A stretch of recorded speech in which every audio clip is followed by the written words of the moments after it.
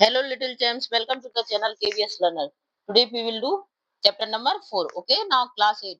A Tale of Valor. Unit number 2 है ये आपकी, ठीक है? A Tale of Valor. Valor यानी वीरता। वीरता की कहानी की है। किसकी कहानी है? वीरता की कहानी के बारे में बताया गया है इसमें। किसकी वीरता की कहानी है इसमें? Major Somnath Sharma. Okay. Now first we do summary. Then we will do question answers. Okay. Now start. It will it tells the story. किसके बारे में स्टोरी बताती है? It tells the story of major Somnath Sharma. Major Somnath Sharma के बारे में बताती है. ये कौन थे?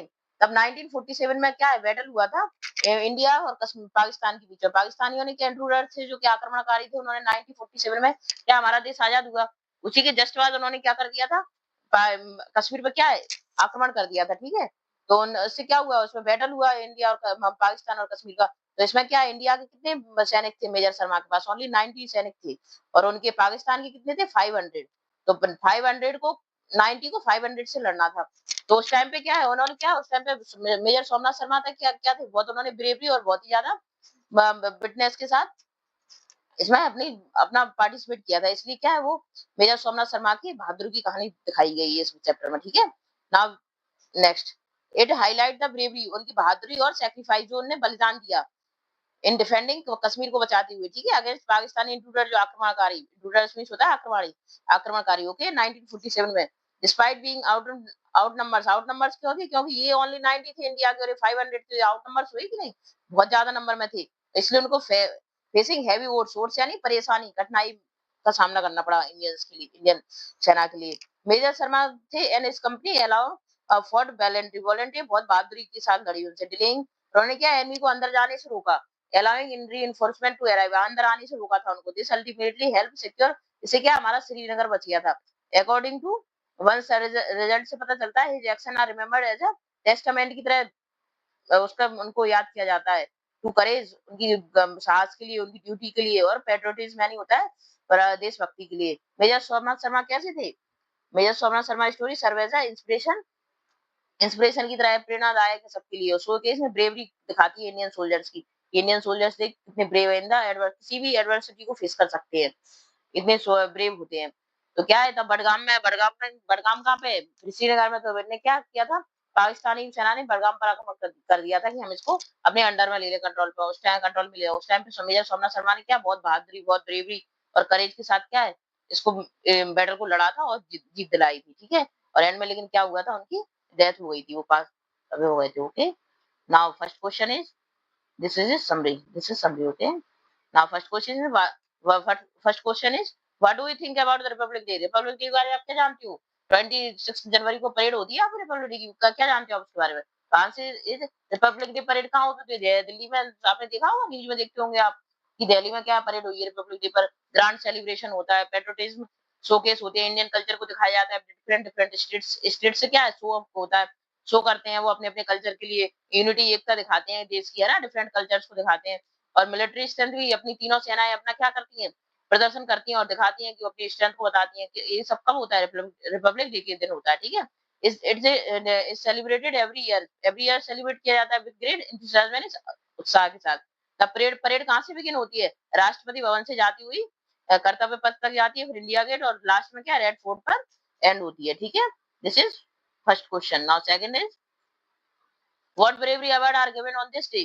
कौन से ब्रेवरी अवार्ड दिए जाते हैं इस दिन पर? Who receive them? ये क्वेश्चन आंसर क्या आपकी बुक में दिए हुए हैं, इनको आप सॉल्व करना. Okay, now second question is bravery, starting में दिए हैं आपके 39 पेज नंबर पर, चेक करना. Okay, bravery award like gallantry award, जैसे पद्मवीर चक्र और अशोक चक्र आर गिवन टू सोल्जर्स के लिए दिए जाते हैं, और सिविलियंस के लिए भी दिए जाते हैं. वो सो एक्सेप्शनल करेज, मतलब बहुत ज्यादा बहादुरी के, जो सिविलियंस भी कुछ काम करते हैं तो उनके लिए भी ये पद्मश्री अवार्ड, जो क्या बहादुरी के लिए दिए जाते हैं, ब्रेवरी के लिए, जो वीरता के काम करते हैं उनके लिए अवार्ड दिए जाते हैं. ठीक है, और what quality do you think, आप क्या सोचते हैं सोल्जर में कैसी क्वालिटी होनी चाहिए? एक सोल्जर में, एक सैनिक में, सोल्जर शुड हैव कैसा, करेजियस होना चाहिए, बहुत ज्यादा साहसी होना चाहिए, डिसिप्लिन में रहने वाला, लॉयल्टी वाला, मतलब ईमानदार होना चाहिए, लॉयल होना चाहिए, वफादार, लॉयल मीन्स वफादार, और डिटर्मिनेशन यानी उसमें इच्छा शक्ति होनी चाहिए, दृढ़ इच्छा शक्ति कि हाँ मैं इसको करके ही रहूंगा. और स्ट्रॉन्ग सेंस ऑफ ड्यूटी भी होना चाहिए, उसे क्या बहुत अच्छी समझ भी होनी चाहिए. और now next question is, if you had a share a message with a soldier, ये सोल्जर के साथ यदि आप कोई मैसेज शेयर करना चाहते हैं तो व्हाट वुड इट बी? तो क्या होगा, वो आपका मैसेज थैंक यू आप इस तरह से इसका अकॉर्डिंग टू योर सेंस आप आंसर लिख सकते हैं। Thank you for your bravery और सैक्रिफाइस। मैं हम आपकी ब्रेवरी ब्रेवरी और सैक्रिफाइस मतलब जो आपने बलिदान दिए थे इसके लिए उसके लिए धन्यवाद बोलते हैं। वी आर प्राउड, मैं आप पर बहुत गर्व है। एंड फॉरएवर ग्रेटफुल, हमेशा आपके आभारी रहेंगे। Your service to our nation, जो आपने हमारे नेशन के लिए सर्व कर रहे हो। मतलब आपने देखा होगा कि जो इंडियंस होते हैं, जो इंडियन आर्मी होती है, जो सैनिक होते हैं, वो क्या है अपनी फैमिली से भी दूर रहते हैं और अपनी क्या है सेफ्टी करते हैं, रक्षा करते हैं। हर डिफिकल्टी से सामने लड़ने के लिए क्या है हमेशा तैयार रहते हैं। तो क्या है इसलिए हमेशा उनके हमें सैनिक और सोल्जर्स का क्या हमेशा ग्रेटफुल होना चाहिए और थैंकफुल होना चाहिए। वो हमारी सब चीजों से हमें प्रोटेक्ट करते हैं, रक्षा करते हैं। नाउ लेट अस डू, ये पेज नंबर 59 पर दिए हैं आपके। सी इनको क्या करना है, अरेंज करना है इवेंट्स को क्रॉनिकली ऑर्डर में अरेंज करना है आपको, ठीक है। इवेंट्स दिए कि सबसे पहले स्टोरी में क्या हुआ, फिर क्या हुआ टेल में, ठीक है। तो नाउ फर्स्ट, तो फर्स्ट वाले में आपको क्या आएगा, मेजर सोमनाथ शर्मा का जन्म हुआ, ये तो फर्स्ट में ही आएगा आपका 1928 में। और लास्ट वाला सी 8 नंबर का भी क्या आपका 8 नंबर पर ही आएगा, major Somnath Sharma was first recipient. ये 8 वाला 8 नंबर पर ही आएगा, ठीक है। ये सेम है। उसके बाद सेकंड पर क्या आएगा आपका सी फोर्थ वाला, मेजर सोमनाथ शर्मा ने क्या किया था, अंडरवेंट ट्रेनिंग में रॉयल मिलिट्री में ट्रेनिंग ली आपने उनने। फिर क्या किया था उनने, major Somnath Sharma commission into the 19 Hyderabad regiment में कमीशन हो गए थे थर्ड, ठीक है। फिर उसके बाद क्या हुआ था, the D company under the command of D company थी जो अंडर का मेजर सोमनाथ शर्मा के अंडर में थी, वो श्रीनगर में, ठीक है। फिर उसके बाद फिफ्थ नंबर पे क्या हुआ था, major Somnath Sharma requested air strike की उन्होंने रिक्वेस्ट की थी, तब बडगाम में एनमी ने क्या कर दिया था, आक्रमण कर दिया था, तो उन्होंने रिक्वेस्ट भी की थी। और 6 नंबर पर क्या होता है, see major Somnath Sharma kill हो जाते हैं, मारे जाते हैं किसके द्वारा, immediately after the mortar shell, एक मोर्टल सेल गिरती है उनसे हिट होती है और वो उससे, ठीक है, वो मारे जाते हैं इस युद्ध में। Okay now 7 is even after losing major Somnath Sharma the soldiers for, उनके मारे जाने के बाद भी जो सोल्जर्स थे वो क्या लड़ते रहे श्रीनगर को विजय दिलाने के लिए, कि इस पे आक्रमण वो ना कर पाए, ठीक है, कंट्रोल ना कर पाए। और last is you know very well the major Somnath Sharma was first recipient थे, उनको क्या है पद्म वीर चक्र मिला था, ठीक है। Now next is first question is,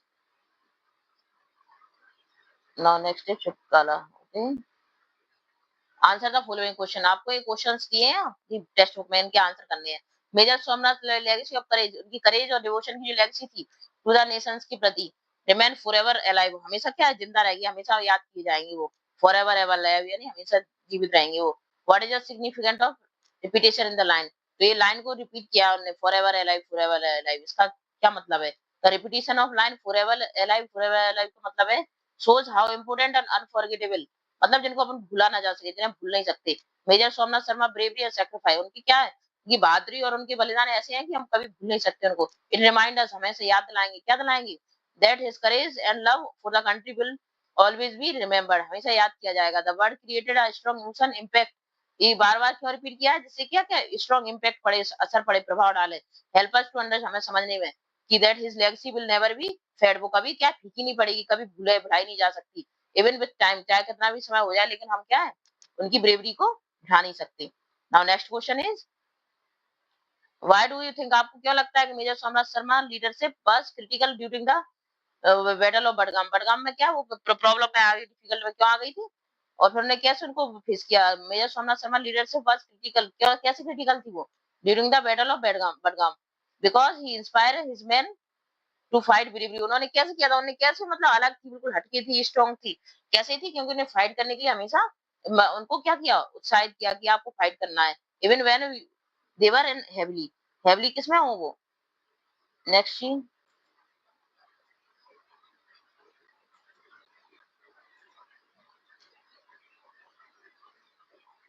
this is your complete answer. उन्होंने कैसे मेजर सोमनाथ शर्मा ने क्रिटिकली किया था, because he inspire man for to fight bravely even when they are heavy outnumber, यानी बहुत ज्यादा और वो कम उसमें थे स्ट्रेंथ में, और वो बहुत ज्यादा नंबर में थे, तब उन्होंने क्या किया, उनको stay calm and under pressure and made, उनको क्या बनाया, कैसा बनाया था, made quick decision like soldier, request air strike, उन्होंने क्या किया, उनको सपोर्ट भी किया कि आपको लड़ना है, आपको खड़े रहना है, डटे रहना है। और इधर क्या कर रहे थे, रिक्वेस्ट भी कर रहे थे एयर स्ट्राइक वाले, एयरफोर्स वालों से कि आप आइए हमारी हेल्प कीजिए। वो इंजर्ड थे, वो क्या थे, घायल थे, तब भी उन्होंने क्या युद्ध को लड़ा। He help soldiers by filling magazines, उन्होंने हेल्प की सोल्जर्स की मैगजीन्स को फिल करने, एनकरेज करा उनको, his bravery and leadership delay the enemy giving time to reinforcement to arrive this help save Srinagar and protect Kashmir. और इनकी इसी लीडरशिप की वजह से क्या हुआ, हमारा कश्मीर क्या हो गया, श्रीनगर क्या बच गया, सेव हुआ और कश्मीर को हमने प्रोटेक्ट कर पाए। अगर मेजर सोमनाथ शर्मा नहीं होते तो क्या है, इसका कुछ गलत ही इफेक्ट इम्पैक्ट निकलता। लेकिन मेजर सोमनाथ शर्मा ने क्या किया, हमेशा उनको करेज उनको क्या किया, इंस्पायर किया उनके लिए, सोल्जर्स के लिए कि आप लड़िए, आगे बढ़िए। और इधर एयर स्ट्राइक के लिए भी क्या उनको भी मैसेज दिया कि प्लीज हेल्प अस। और उन्होंने क्या किया था, उन्होंने सॉरी मैं उनकी जैसे भी हुआ उन्हें हेल्प की उनकी, डिस्पाइट बीइंग वो कैसे थे, इंजर्ड थे, उसके बावजूद उन्होंने क्या हेल्प की थी। तो इस तरह से उनका बहुत ही इंस्पायरिंग और इंस्पायरिंग सपोर्ट रहा। ठीक है, now next is what were major Somnath Sharma last word क्या थे मेजर सोमनाथ शर्मा के, what do they reflect about his sense of duty. तो मेजर सोमनाथ शर्मा के लास्ट वर्ड क्या थे, last word were the enemy is only 50 yard from us. 50 yard यानी सिर्फ 50 yard दूर है हमसे enemy. We are heavily outnumbered, और हम क्या है बहुत सारे लोगों से घिरे हुए हैं। We are under devastating fire, हम क्या चारों तरफ से क्या गोलियां चल रही हैं। आई शैल डू नॉट विदड्रॉ, हम विदड्रॉ नहीं करते, एक भी इंच पीछे नहीं हट सकते हम। But will fight to the, लेकिन हम क्या कर सकते हैं, फाइट करेंगे लास्ट मैन तक, जब तक एक आदमी बचा है हमारा लास्ट का भी, द लास्ट राउंड तक हम लड़ेंगे उनसे। These word reflect his strong sense of duty, इससे रिफ्लेक्ट होता है कि बहुत ही ज्यादा स्ट्रांग सेंस ऑफ ड्यूटी थे, बहुत ज्यादा स्ट्रांग थे, ब्रेव थे। ब्रेवरी को और कमिटमेंट था, उन्हें क्या कमिटमेंट किया था, उन्हें protect his country at any cost, वो अपनी कंट्री को क्या करेंगे, प्रोटेक्ट करेंगे किसी भी cost per, even in the face of death, चाहे उनको डेथ ही क्यों ना आ जाए लेकिन वो प्रोटेक्ट करेंगे। He choose to fight rather than, उन्हें फाइट करना ज्यादा अच्छा समझा, किसकी, विड्रॉ मतलब पीछे हटने की, क्योंकि वो तो 90 थे और 500 पर इंट्रूडर क्या कर रहे थे, आक्रमण कर रहा था। इसके बावजूद उन्होंने क्या लड़ना ज्यादा सुटेबल समझा। शोइंग हिज डीप, इससे क्या दिखता है कि वो लॉयल थे और करेजियस थे। ठीक है, okay, now next is what might have been the outcome of the battle, outcome of the battle of Budgam if major Somnath, अगर इसका आउटकम क्या होता, क्या हो सकता था, माइट हैव बीन मींस क्या हो सकता है इसका आउटकम, अगर यदि मेजर सोमनाथ शर्मा और उसकी his company had not held their ground, अगर वो ग्राउंड पर नहीं होते तो क्या हो सकता था इसका outcome. See, if major Somnath Sharma and his company had not held their ground during the battle of Budgam, the enemy could have capture means वो अपने कंट्रोल में कर लेते श्रीनगर को, एयरपोर्ट को। श्रीनगर एयरपोर्ट को कब कंट्रोल में करते तो क्या सारा कश्मीर वैली उनके कंट्रोल में हो जाती। This would have given them control over very important area and been a major loss of India, जिससे क्या इंडिया को बहुत ज्यादा लॉस हो जाता। by holding their position, अपनी पोजीशन को लेते हुए मेजर सोमनाथ शर्मा क्या company give enough time for reinforcement to arrive, उन्होंने क्या उनको क्या डिफीट किया, उनको रोक के रखा, डिले करवाए, तो इससे क्या हुआ, अपने प्रोटेक्ट किया उन्होंने रीजन को। Without their brave stand Kashmir might have Fallon into the enemy hand, अगर उस टाइम पे मेजर सोमनाथ शर्मा की कंपनी नहीं होती तो क्या हो सकता था, अपनी वो क्या हो सकता था, वो भी कश्मीर भी उनके अंडर में जा सकता था। ठीक है, now next is why do you think, आपको क्या लगता है कि major Somnath story continues to inspire soldiers और सिविलियंस के लिए, कैसे आज के समय में इंस्पायर करने वाली है, कैसे इंस्पायर करने वाली है। See, major Somnath Sharma story continue to inspire soldiers and civilians today because it shows true courage, उन्होंने ट्रू करेज दिखाया, सेल्फलेसनेस दिखाई, मतलब वो निस्वार्थ होकर लड़े अपने देश के लिए, अपनी कंट्री के लिए प्यार दिखाया। Even when he was injured, वो उस टाइम पे क्या इंजर्ड थे, वो घायल थे और बहुत ज्यादा लोगों से घिरे हुए थे, फिर भी उन्होंने क्या है बैकआउट नहीं किया, वो खड़े रहे, डटे रहे, वो डिटरमिनेंस के साथ। To he lose the fight bravely, और उन्होंने क्या he choose the fight bravely, उन्होंने लड़ना बहादुरी से लड़ना ज्यादा अच्छा समझा, लीडर और एक लीडर की तरह वो आगे अपने लोगों को क्या हमने इंस्पायर किया और आगे सैक्रिफाइस कर हेल्प प्रोटेक्ट श्रीनगर, उनके सैक्रिफाइस ने क्या किया, उनके प्रोटेक्ट किया श्रीनगर को और कश्मीर को। His action are a powerful example of patriotism यानी अब देशभक्ति के लिए क्या है, ये एग्जांपल है फॉर ऑल जनरेशन, कि मतलब सभी जनरेशन के लिए एग्जांपल है कि देखो वो देशभक्ति हो तो ऐसी, मेजर सोमनाथ शर्मा जैसी। ओके, नाउ तो हम एग्जांपल है, ठीक है, क्योंकि वो कैसे लड़े थे, बहुत ही करेज के साथ और ब्रेवरी के साथ लड़ी थी। इवन उनकी कंडीशन क्या थी, उनकी बिल्कुल अपोजिट थी, तब भी वो क्या बहादुरी से अपनी आखिरी सांस तक लड़ती रहे। Now next question is